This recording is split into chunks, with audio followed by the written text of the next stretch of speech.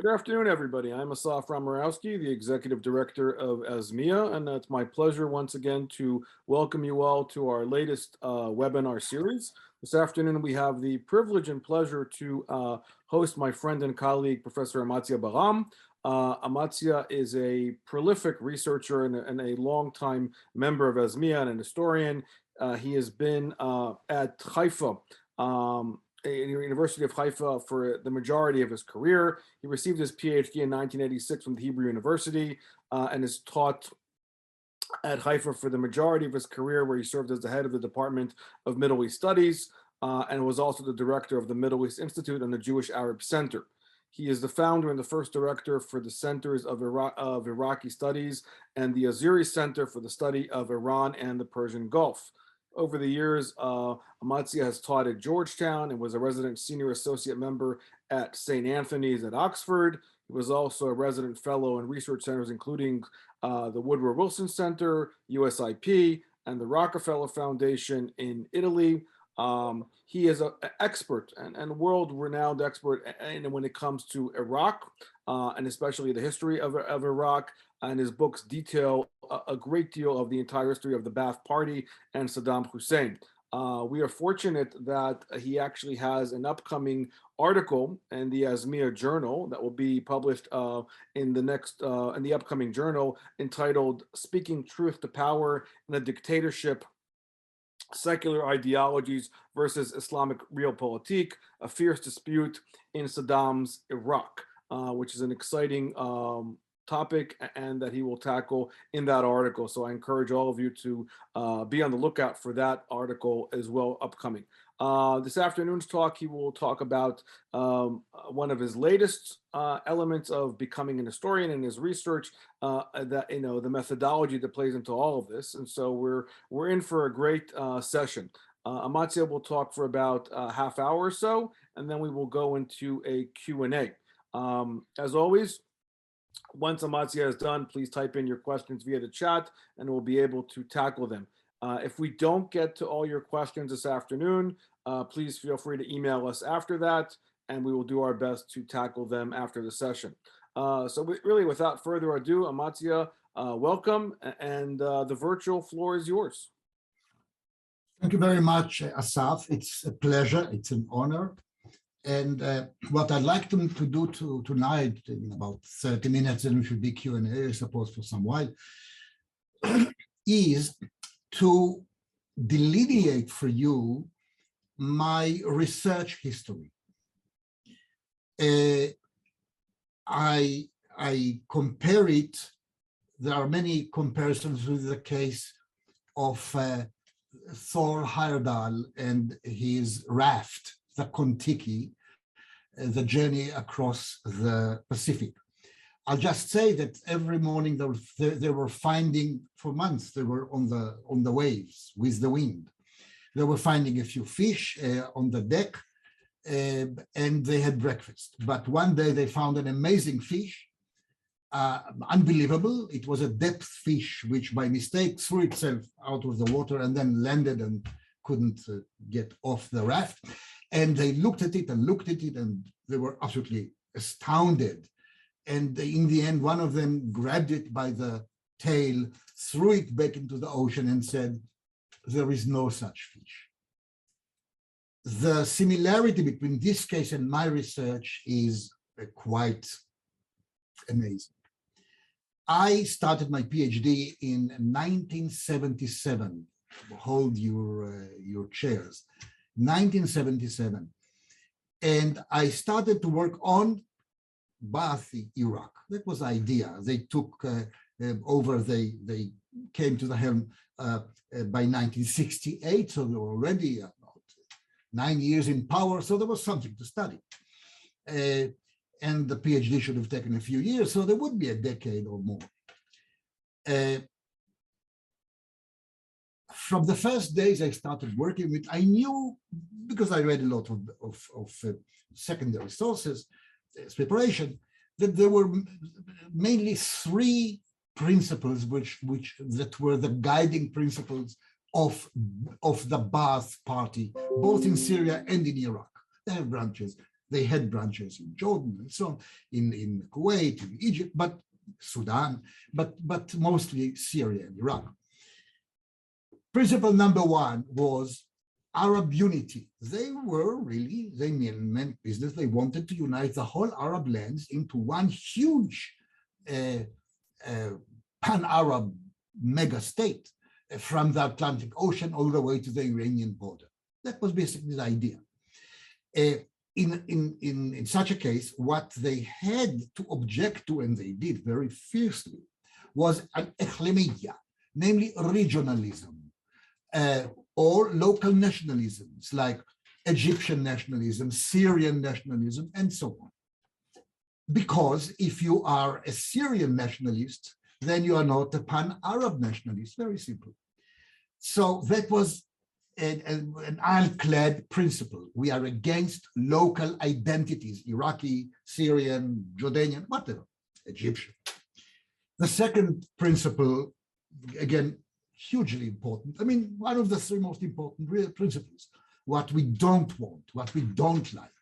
We don't want tribalism. We don't want tribes because they split the Arab nation into small subunits. And the greatest enemies we have, or some of the greatest enemies we have, are the tribal sheikhs, because the tribal sheikhs, as they saw them, were agents of British and French imperialism. Tribal sheikhs were also exploiting their peasants, which of course was true. And tribal sheikhs are a remnant of an ancient history and quite retarded history, social history. And so they were the enemy, and they were competing elite. So that's number two. Number three was we are secular. Michel Aflaq, the founder of the party, coined an expression, what we are aspiring to in the mega Arab state of all the United Arab States is Almaniyat ad-Dawla, the secularism of the state. I suspect that Aflaq was actually an atheist, but it doesn't really matter. He never admitted it. He always said, I believe in God, but it was a very ethereal God, and no mitzvahs, no thou shalt do. And he said in one case, he said, maybe we believe in God, we are religious, we believe in God, but maybe you will not see us praying with the praying crowds. Maybe you'll not see us fasting with the fasting crowds on Ramadan. He was actually a Christian born, so he was not even a Muslim. But we love God because we need God. So it was a very strange kind of religiosity, but he said he was religious. But when it comes to building the state is going to be strictly secular. And the constitution of the party from 1947 said religion and religious sects and so on can never be part of Arab nationalism. We shall be fighting against it. You are an Arab, and it doesn't matter if you're Christian, Muslim, whatever, Druze, Alawite, it doesn't matter. So, and it shouldn't matter, it matters to you personally, it's a personal issue. It's not a political issue. So that's number three. The first shock that I went through, and it was strange, it was really an intellectual shock, you can call it that, was that at first it was just nothing. From 1977, 1978, I saw scores, maybe hundreds of newspapers. My main material were Iraqi, Baathi newspapers.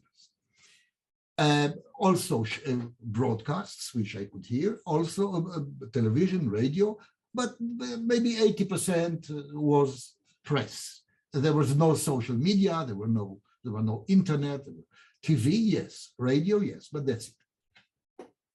So for a couple of years, I think, about a couple of years, I realized I saw always on the last page of the daily newspaper, Athawra, Al-Jumhuriyya, the daily newspaper was a party in the state.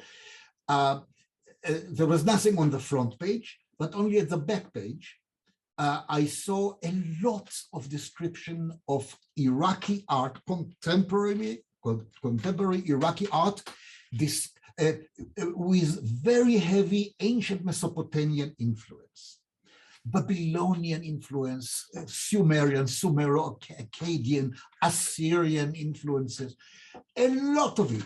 I'm talking about drawings, paintings, not in color, but you can see it's a painting. Poems, a lot of poems, and a variety of symbols, but it always was part of culture, not of politics. There was nothing about it in politics, only culture. And I'm looking at this, there is no, I mean, the Baths are the Baths, and they're against national identity on the regional level, Iraqi, Syrian, Egyptian. I said, this couldn't be serious. This is nonsense. It's the last page, not important. And I threw it back into, I took all these fish, wonderful fish, but very bizarre. And I threw them back into the ocean saying, there is no such fish. It took me more than a year, maybe almost 2 years, no, a year and a half, more or less, until I realized sometime in 1978, one day I was sitting and looking at the back page again. I looked at the first page, the first page of inside pages, everything. Back page, I was looking like, like in a passing way. And I look again at the back page and I see there a report that the archaeology school of Baghdad University is reporting to the public that Iraq, that there will be the reconstruction of ancient Babylon. They'll rebuild Nebuchadnezzar's Babylon. And I look at it and I say to myself, oh, that's another strange fish. Who, for heaven's sake, is going to give them money for this? What, 50 million Iraqi dinars, 20 million Iraqi dinars? It's about $100 million. Who is going to, these guys are hallucinating. And while I'm thinking, I just wait a minute, but they're saying it's going to happen. What is going on here?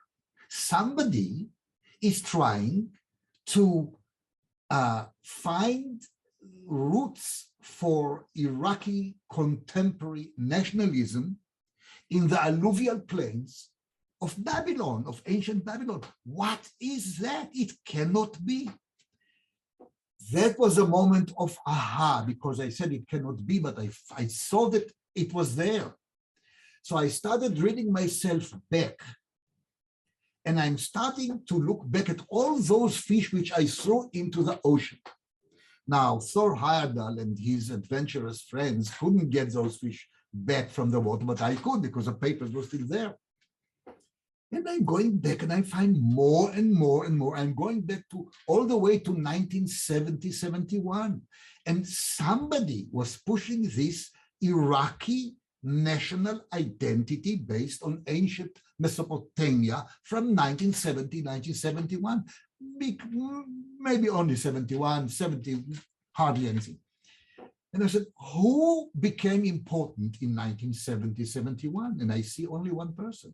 His name was Saddam Hussein. That was the moment of aha. And now not only that I am reading myself back, I'm also looking at each newspaper, new newspaper, which I'm getting through London, what is happening now. And this is how my first book, Culture, History, and Ideology in the Formation of Ba'athist Iraq, was born. It came out in Oxford and in London in 1991. But of course, when I wrote it, I already had a lot of information, a lot of evidence, of positive evidence. Look, for example, from 1980 something, look at this one. What you see here is our friend Saddam rebuilding the city of Babylon, which he actually did. Nobody knows if that was really how it used to be, but never mind. And look at his little helper. His little helper is Nebuchadnezzar. So you can see who is up and who is down and who is more and who is less. That's in itself very sweet. Then I found another one and there are many like that. Look, this is Saddam Hussein. Now he's already president, of course, receiving the bequest or the tradition of ancient Mesopotamia from Hammurabi. So Saddam is the, if you wish, offspring of Hammurabi, the employer of the Nebuchadnezzar, and so on. So this is something I said to myself, wait a minute, maybe we can go back even further. I go back to 1969, nothing, 1966, nothing. I go back to 1959. That was the rule of General Abdel Karim Qasem. He was the dictator of those days. And I realized all of a sudden, I read myself back, the whole idea is to do it once the Ahaa effect affected you, or sort of hit you, rather, you can reduce it back. You know what you're looking for. So I realized that the first one in Iraq to do it big time, going back to ancient Babylon, ancient Sumer even, which was not even Semitic, was General Abdel Karim Qasem. He did it in a big way again, but people don't, no one paid attention to it. No one ever had paid attention to it. No, I suppose research in the West, maybe in Iraq, they understood it, but not anybody outside of Iraq. And the most amazing thing was that the national flag of Iraq under Qasem and the national emblem of Iraq, in Israel, it's the menorah. In Iraq, it was a complex emblem, but part of it, the center of it, was a Mesopotamian sun. It's really a Sumerian sun, and S-U-N. And again, all of a sudden, I realized that in Iraq, people paid attention to it, to their pre-Arab, pre-Islamic past very, very much, but not everybody. And even under the monarchy, I found that there were two intellectuals and politicians who did it, but again, it didn't, nobody paid too much attention to it. But under the Ba'ath, it was huge. And perhaps the most amazing aspect of it was that in June of 1979, Khomeini is already in Tehran, but Saddam continued with his secularism. I'll come to that in a minute. In June of 1979, at this time now, it's a front page of Athawra, the Ba'ath Party daily newspaper. And the front page, a notice or an announcement in a sort of nicely framed, and the very center of the front page. The party is inviting honeymooners for a month at the expense of the party, of the government, at the reconstructed temple of the goddess Ishtar. Now, Ishtar is a goddess, was a goddess, Astarte, the goddess of sex and war. This is pre-Islamic, long pre-Islamic. And they invite them to renew the atmosphere of love. This was made it very clear to me. Here we go. This is it. It's not only secularism, which of course it is. It is Iraqi nationalism. Now, I want to make it very clear. It didn't come to replace pan-Arabism, which is the party's main commitment and faith, I would say, belief. But it came at the expense of pan-Arabism. Now it's not only pan-Arabism as the Ba'ath originally was in the 1940s. Now it's, yes, pan-Arabism, al-Qawmiyya al-Arabiyya, together with al-Wataniyya al-Iraqiyya, yani Iraqi patriotism. And in a very important programmatic speech, Saddam is saying, my friends, Iraqi nationalism, or Iraqi patriotism, is more important now than pan-Arabism. Not that we are giving up on pan-Arabism, absolutely not. But in the present situation, this is the most important. important element, because this is our real life. This is life itself. And so please pay attention, he says. Amatzia, it's, Yes. 12:20 at your request. Okay. Second case came when, again, remember that we are talking about tribes. They are very much against tribes. In 1991, I realized all of a sudden, I see things, I throw them back into the ocean, all these fish, and I realized that Saddam is actually tribalizing the Ba'ath Party in Iraq. He is pampering the tribal sheikhs. He's working with them. Through them, he's working with the tribe. He's not touching the tribe. Tribalism is good. Tribal sheikhs are good. And he's giving them fantastic perks, including weapons and so on. And this is contrary to anything the Ba'ath ever believed in. And yet, that's it. He's doing it. I won't go into the reasons why, but the good reasons from his point of view, very pragmatic, almost cynical. And the top was when he says in a programmatic speech again, to party members, to the leadership of the party, to all the big figures of the party, he says to them, I want to tell you something very important. The Ba'ath Party is the super tribe of all the tribes of Iraq. So he tribalized the party.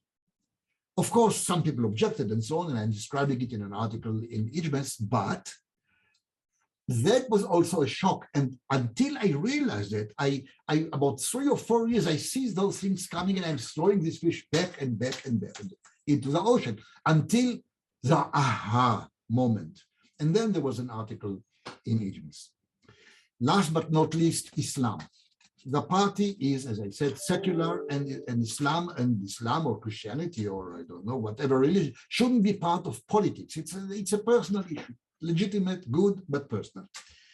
Again, from between 1983 and 1993, I would say, for a decade, the whole decade, I saw things coming up as a result, mostly of the war against Iran, the Iraqi war, more and more religion everywhere. And I'm always throwing it back into the ocean. This is it's an impassable fish. A fish like that does not exist. At a certain point in 1993, 1994, I said to myself, wait a minute. He is imposing or he is spreading Islam, or he is introducing Islam to every walk of life in Iraq. This is a huge change. This is a revolution again.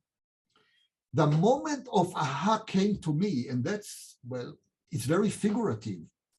When all of a sudden I see a law, 1994, a law that dictates a punishment for theft, and this is severing the right hand at the wrist here, and that's Sharia. And the press is telling the people, the law is not saying it, but the press is explaining to the people, this is good against theft, but this is Sharia in the first place. So all of a sudden, that's the moment, that was my moment of aha. If they amputate your right hand at the wrist, which is really Sharia, for theft, that it means that Islam is being introduced in many walks of life. And then I went myself back and I found, yes, I go back to 1983. Of course, it goes up gradually. But in 1993, 1994, it explodes. Now, my warning. I want to end with a warning.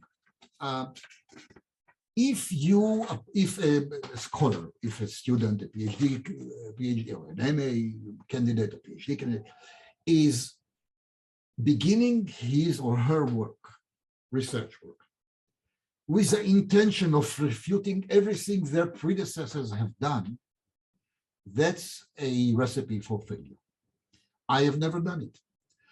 Things came my way and I identified them. It's very important to identify it.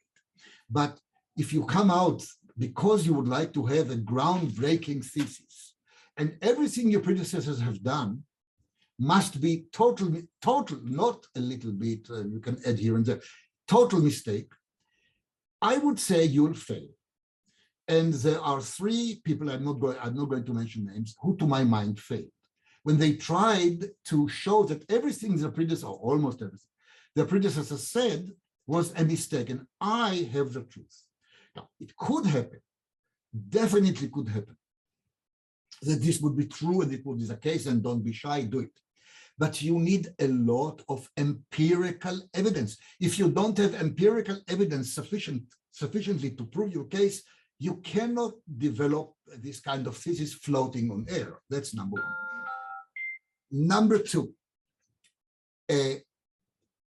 if the empirical evidence is against what you would like to define as a thesis, it's your, pre-thesis thesis, proposal, whatever. If the evidence flies in the face of this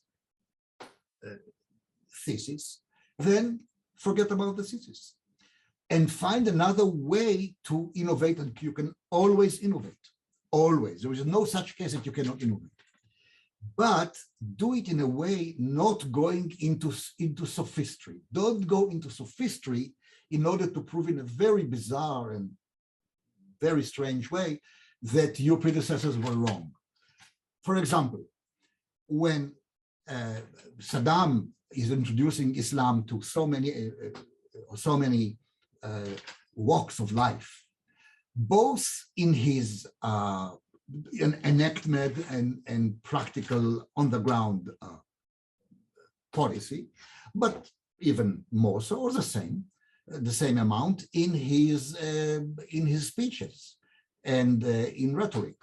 If you see this, and before that he was absolutely against, because in 1977 he said, Saddam in 1977 said, the Sharia is unsuitable for modern life. And if in 1991 he's saying, I will follow the Sharia in every enactment of mine from now on, that is an ideological change. If you say this is not an ideological change, then we are left with the question, what is ideology? Thank you. Thank you, Amatzia, for that. That's for the amazing history and all the work that you've done, which obviously everybody should be reading to understand the Iraq today and the origins of the Ba'ath Party, to understand where we are today altogether. So the floor is now open, and we'll take questions. So please type in your question into the Q&A. I know that Alex has a first question, so let's start off with Alex, and then we'll go on from there.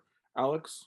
Sure. Well, first of all, thanks for a wonderful presentation that combines the intellectual and to some extent the personal, and that's a dimension that I think historians don't think about enough, or maybe they think about it too much, something. And I have lots of questions related to various aspects, but I'll step back and generalize. You're looking at a closed society from the outside.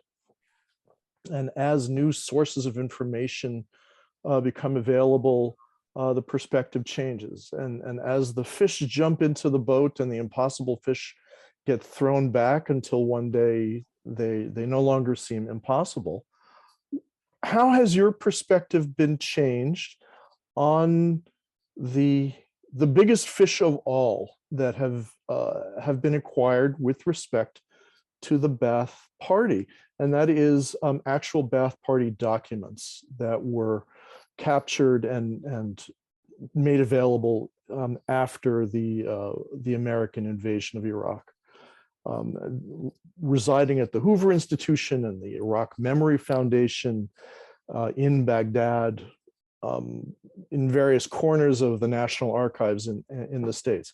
How have these changed your perspective now that you can swim with these fish?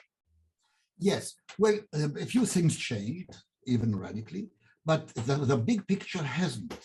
And let me, I have to, first of all, as a cautionary comment, I went quite effectively well, I didn't see everything, but I spent much time. I would only say that in the CRRC archive in the National Defense University. I spent maybe 5 months there. I didn't see everything, but I saw a lot.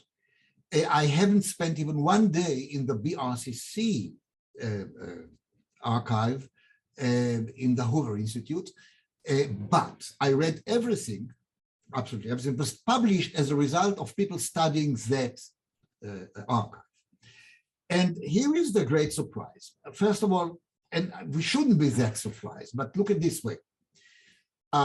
If we want to judge what was Nazi ideology, then we look at what Hitler and his minions published in radio, in television, films, and in the press, because they would like to convince people that Nazi ideology is the right one. So I always, whatever we find in the Nazi archives, first of all, when it comes to their ideology, what they believe, or what they wanted people to think that they believe in, it doesn't really matter.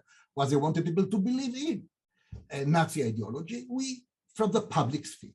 So I never had any doubt. I could have been wrong on it in a very strange way, but at least not so far. That what the boss told their people, their audience, their readers, their people, the Iraqi people, was what they wanted people to believe in. So your public information is your message to the masses. And that's the most important thing. And that's why I don't think there is any change in Ba'ath ideology by looking at the archives. What you do, you learn much more about the details. And the details are fascinating and very interesting. And the archives are very, very valuable as a result of that.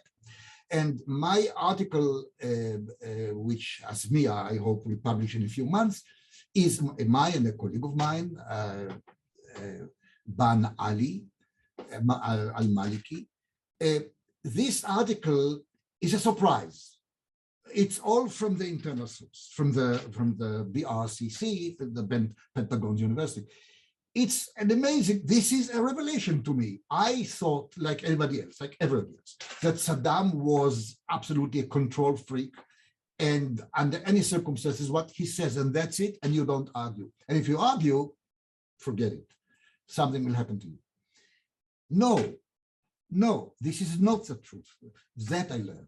And the article will show it, that some of his party, if you wish, comrades, senior, of course, objected to him. And he said, I'd like to do this and that. And they said to him, no.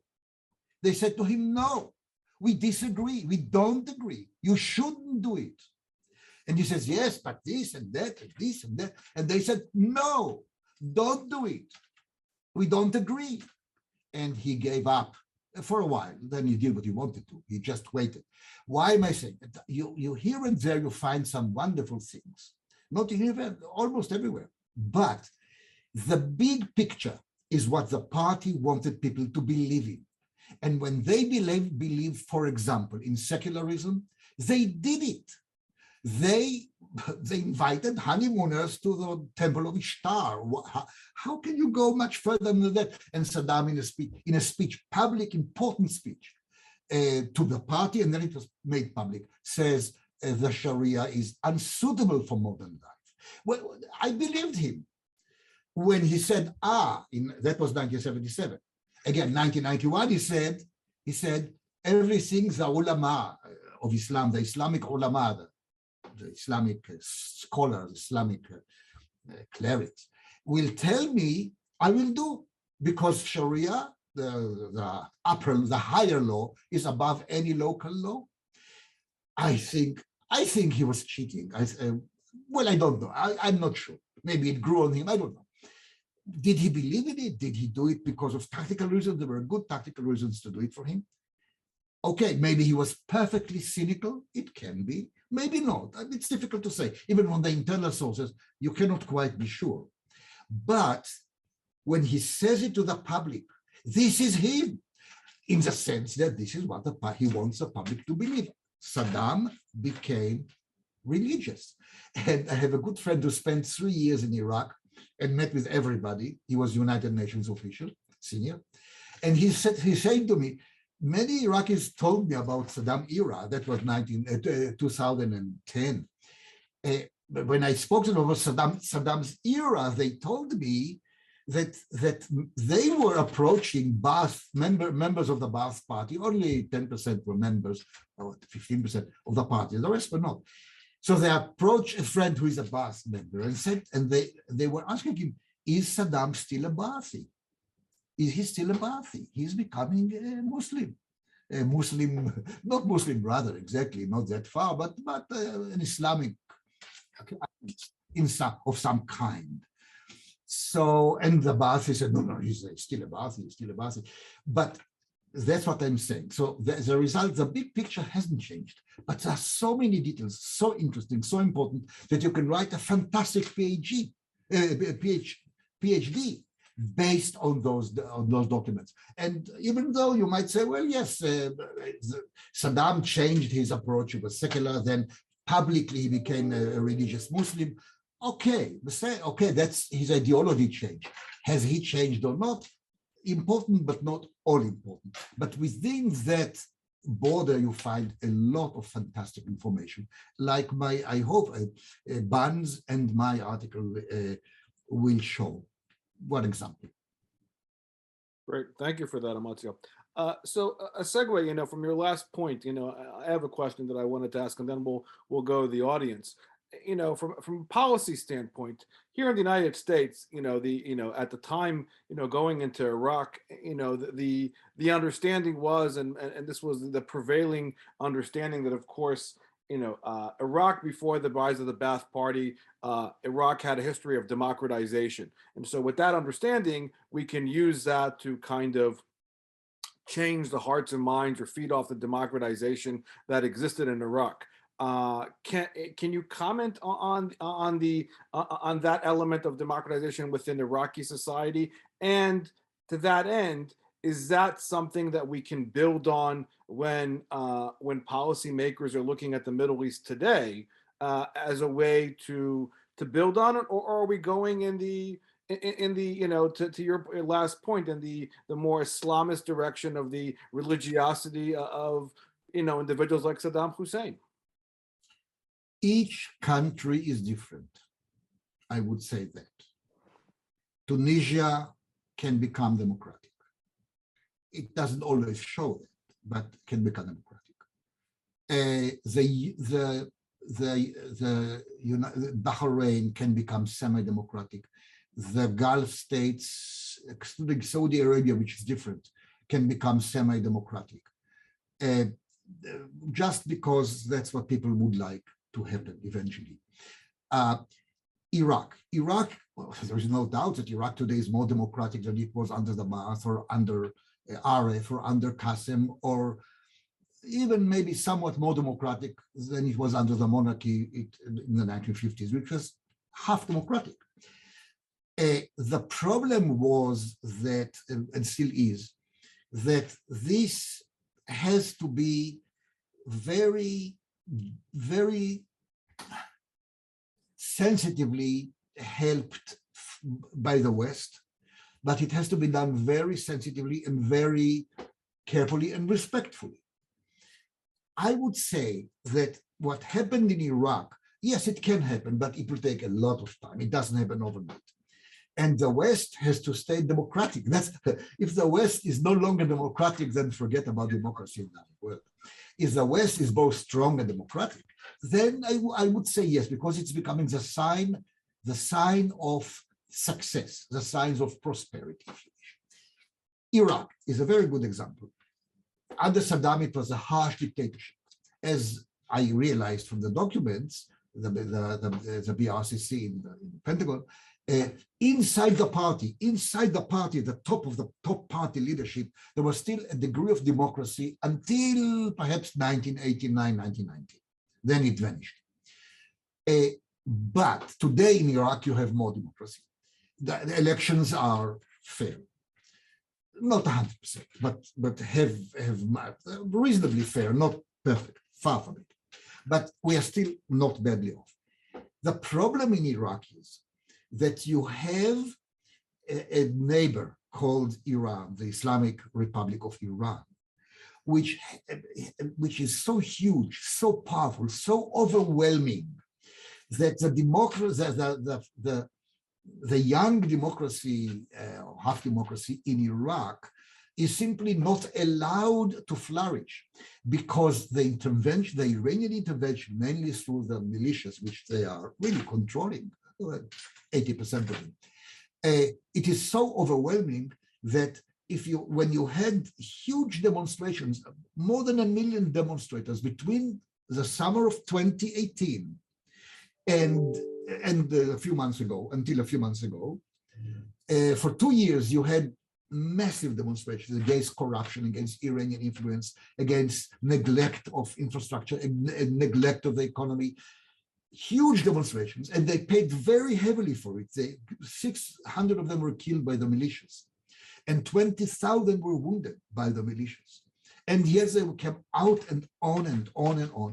But their desperation and their, I would almost say, despair became so deep when very little happened that they decided not to go to the electoral campaign last October. And as a result, only 42% went to elect. They could elect, they could vote. The ballots were safe, you could do it. But they were so disappointed, they decided not to go. So they fought for early elections, they got it. A new electoral law, they got it. They had an excellent chance to really take over the parliament, and they didn't take advantage of it because they were so disappointed and so disheartened. So this is a tragedy. But in Iraq today, I cannot predict anything because everything is very, very uncertain and sort of very wobbly. But for the first time since 2003, since the demise of the Ba'ath, American occupation, demise of the Ba'ath, for the first time, you have now a parliament that can really make Iraq more independent of Iranian influence and less corrupt. There is a chance. Will it happen? We don't know. But within a few days, we shall all know, by the way. A week, we shall know. My assessment is that Iran's influence will be reduced. It will be far from disappearing. It will be still strong, but it will be reduced. And this could be in the government, in parliament already. It is. The militia suffered a major blow in the elections, despite predictions that they'll take over, because so few are going to vote and so on. Still, they got knocked down to a large extent. But there are other pro-Iranian forces in parliament, so we don't know. But I think the Iranian influence in parliament and in the country will go down by 10%, 20%, 30%, but a lot of it will still stay. Is this going one day to become a real democracy? I would say there is a chance, yes. Great, thank you for that. Suzanne, why don't you try to take the questions we have from the audience? Okay, sure. So the first question that we have here is from David Ben-Susan, and he asks, during the secular and less secular phases of Iraq, the country belonged to the Arab League and followed its trends and taboos. How do you explain this? The country did what again? Sorry? The country belonged to the Arab League and followed its trends and taboos. How do you explain this? Well, look, between 1968, when the Ba'ath Party came to power, and maybe 1970s, early mid-70s, the Ba'ath believed in Pan-Arabism and practiced Pan-Arabism. Absolutely. They were not nice. They were trying to topple regimes in order to replace them. Their idea was that the Ba'ath will take control of all the Arab world. That was a kind of unity they had in mind. But in principle, they were still adhering to the principle of pan-Arabism and Arab responsibility and so on, do as much as you could. For example, I'll give you an example. In 1973, in the Yom Kippur War, Egypt and Syria didn't tell the Iraqi leadership anything about the intention to go to war. Months earlier, they said sometime we should go to war against Israel, but not when it happened. So the Iraqis were taken by complete surprise. And yet, once making sure the Iranians won't attack them from the back, they sent to help Assad, President Hafez al-Assad in Damascus, the Syrian forces against Israel, 2 armored divisions out of 3 which they had. They had 3 armored divisions. The 2 better ones, more veteran, better trained, so they sent them to the Golan Heights, and they saved Damascus. Not that Israel was planning on conquering Damascus, never. We were planning, I was there. The idea was to go about 20 kilometers from Damascus, so our artillery can reach central Damascus, not in order to do it, but in order to make sure that Assad doesn't go rogue on his ceasefire agreement, which we knew he'll eventually sign. So the Iraqis prevented us from reaching that point. So we lost 20 kilometers. And eventually we had only 45 kilometers from Damascus outskirts.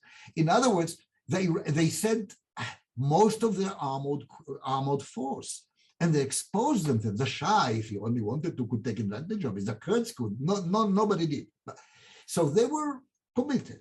But I would say that when Khomeini came to power in February of 1979, all of a sudden, Saddam, who had signed a peace agreement with the Shah of Iran in 1975, and both sides kept to the agreement reasonably well, I would say, if not even well. All of a sudden, Saddam also all of a sudden found himself again facing the Iranian military, and also Khomeini's influence on the Iraqi Shia was tremendous. The Shah's was not. Khomeini's was. So Saddam had a problem at home and had a problem on the border. So when that happened, Saddam completely forgot about Palestine and about the Palestinians, about Israel. He was an enemy of Israel, that's obvious. He made it very clear. But to deploy forces, no way. And now he was busy for 8 years with a war against Iran. The war was won. He won the war, but it was a Pyrrhic war. And after he won the war, purely military, he won the war. But he didn't want to start again. He could have conquered Khuzestan, Arabistan, could have done it now in 1988. But he refused to do it because he knew that the Iranians will again recruit and so on. And there'll be no end to it. So he decided not to do it. Why is he attacking Kuwait all of a sudden? Well, he should have proposed again, let's attack Israel. And he did. Let's prepare to go and attack Israel. Nobody listened to him. It was what, 1988, 1989, 1990. The Syrians couldn't go to war. Egypt signed peace agreement with Israel. He thought that saying it will give him some credit in the Iraqi and Arab publics. Maybe it did, I don't know. But it's difficult to gauge. But in 1990, in August, on the 2nd of August, he invades Kuwait, a small neighbor that during the war helped him with about $10 to $15 billion. Why is he doing that? That's no pan-Arabic. That's definitely Iraqi nationalism, Iraqi whatever nationalism, and Saddam grandiose feeling that he can do anything he wants and nobody can stop him because he won the war against Iran militarily. Yes, but that's not pan-Arabism, and yet he did it. Now, the Arabs were against it. He found out that he was facing a hostile Arab world, except for Jordan and 1 or 2 other countries, but basically the Arab world were very hostile to this. And this put a complete end to Saddam's claim to lead the Arab nation. He had a claim to take Abdel Nasser's place. And Nasser died in September of 1970. So Saddam, from then, he's only vice president. He's already working to become the new Abdel Nasser of the Arab world. I understand that. But if you are conquering Kuwait, what kind of pan-Arabism is that? Pan-Arabism must be voluntary. And that's what the Ba'ath believed it. And now, no longer, you conquer. that destroyed him as a pan-Arab leader. Now he was really Iraqi and he protected his regime and whatever. But I would say that the era when Saddam really believed in pan-Arabism, I want to make it very clear, his pan-Arabism was Ba'ath control over the whole Arab world, but it still was some kind of pan-Arabism. Okay, but that died out when he started the war with Khomeini instead of attacking Israel as he should have done according to his ideology. And he had no choice as he saw it because Khomeini threatened his rule both at home and on the border. Great, thank you. So this is a question from Larry Simpson, the editor of the Journal of the Middle East and Africa, and he asks, do you see any similar evolution in Ba'ath attitudes towards the Kurds? The answer is absolutely not. Saddam signed an agreement with the Kurds in 1972. It was. I must say, I have to check it again. But anyway, he signed an agreement of an autonomy. 1972, I think. And having signed it, he should have allowed a Kurdish autonomy. But he never did. He tried twice to assassinate Mullah Mustafa al-Barazani. And then he continued his attacks and the whole thing disintegrated because neither he nor the Ba'ath Party were ready really to recognize anything inside Iraq which is not fully fledged under their control. So I don't see any Iraqi Saddam or Ba'ath acceptance of Kurdish, deep, besides signing a contract, an agreement which you didn't really mean to carry out regarding Kurdistan, Iraq. Now, there is a very interesting period after the Gulf War, 1991, mainly thanks to French pressure, America and also Britain agreed that there'll be a free zone or a secure zone or a safe zone for the Kurds, which was really a kind of autonomy. That is true. So there was a Kurdish autonomy. Saddam was too weak to conquer it, to liberate it the way he saw it, or to conquer it the way the Kurds saw it. Too weak, he couldn't do it, and the superpowers were protecting it, so he didn't try. He even met with the leaders, with the Barazani leaders, Talabani leaders, trying to work out something, but nothing happened. But if you ask about intention, more or less genuine intention, say an internal document in which Saddam is saying, look, the Kurds deserve an autonomy and let's give it to them and let's not worry about it. They will depend on us, but let's do it the way they have it today, for example. No, I found maybe one day somebody will find something, but I didn't find anything. And I want to make very clear something very important. The documents we have, both in the BRCC in the Hoover and in the CRRC at the Pentagon University in Washington, D.C., have practically nothing on the early, or I saw nothing, on the very early years between, say, 1968 and the late 1970s. Very, very little. The later you go, the more you find, but you still have very little. So maybe somebody will still find something very interesting, an internal document in which Saddam says, let's do it, let's really recognize them fully fledged all the way, their right to not independence, but autonomy. Maybe.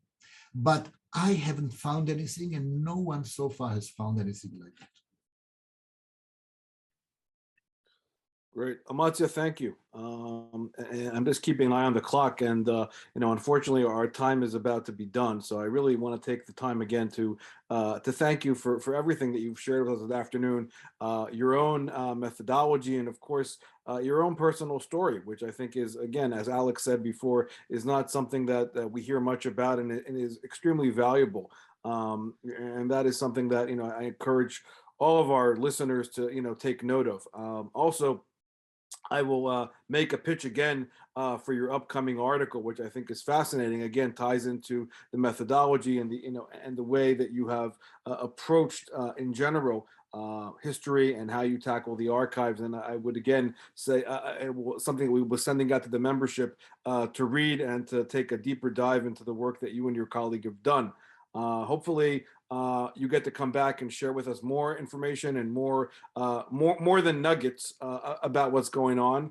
And obviously, we look forward to seeing you on this side, stateside. Asaf, let me just add one thing. Yeah. Some things I listened to, I was listening with earphones to Saddam's conversations with his bigwigs.